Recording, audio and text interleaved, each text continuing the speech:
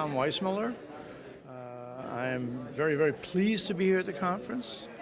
This conference is an assemblage of probably the greatest minds in climate that you can gather in one place. Hard scientists, and we know what we're talking about. And how do you account for the incredible hostility that the federal government and et cetera?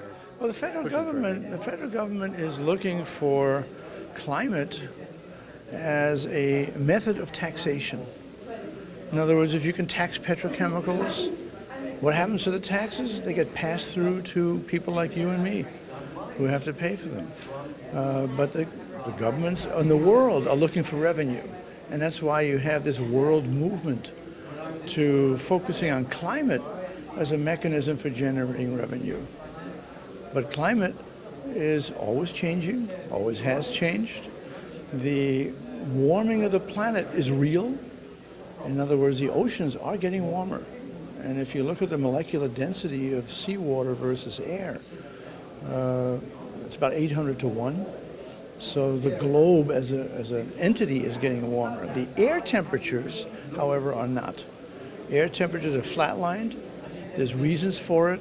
In my session on Friday, I'm going to briefly mention one of the bigger ones, and it's called albedo, or reflectivity. And when you increase the amount of cloud cover on the planet, the amount of floating ice, and the snow covering Asia, when sunlight hits that, it bounces off and is reflected at wavelengths that CO2 cannot intercept. Shortwave radiation. The planet must get colder. The doughnut around Antarctica last year was a record 20 million square kilometers, and it's floating, but it replaces 80% absorbing ocean and flips it to 70% reflecting ice and snow. It has to get colder. And what's worse, because that doughnut is getting bigger, the radius of clouds around Antarctica is also getting larger. And clouds do the same thing. It's called albedo, reflectivity, and it is at this point making the planet cooler. The atmosphere. And Southern Ocean, by the way, is plummeting in temperature. The rest of the oceans are still warming, but the rate at which they're warming is slowed down. So the planet is kind of cooling off. And so you're saying that the sun is essentially driving this? Oh yeah, the sun is the energy that is entering the Earth's system, right? Some of it gets absorbed, some of it gets redirected by CO2. When it hits the ground, converts to infrared. Now, that process is pretty well understood. The CO2 also helps plants. And what it does, when a plant takes in water, which is hydrogen and oxygen, and then takes in CO2, which is carbon and oxygen, the hydrocarbons it creates the structure of the plants, and the plants then give off oxygen. It's a perfect symbiotic relationship between the animal kingdom and plants. And we're trying to mess that up. I think there's a concerted effort to get the public to believe that taxation is going to be the solution to, quote, climate change. The biggest effect on climate, I think, are politicians in D.C.